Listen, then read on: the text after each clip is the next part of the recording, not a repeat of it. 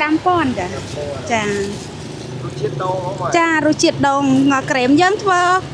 កោពីខ្ទិះដូងសុទ្ធណានេះចាស្នាដៃខ្មែរចាការ៉េមដូងខ្មែរចានេះបានទាំងក្រែមបានទាំងដូងចាយើងត្រូវយើងដាក់សាច់ក្រែមដល់សាច់ដូងខ្ចីទៀតចាយើង topping 5,000ចាមានស្ដាយដីទេបងចាមានស្ដែកដីអីបើដាក់ដីទេចានេះស្នាដៃខ្មែរយើងពិតណាចាអត់មានបន្លំទេចា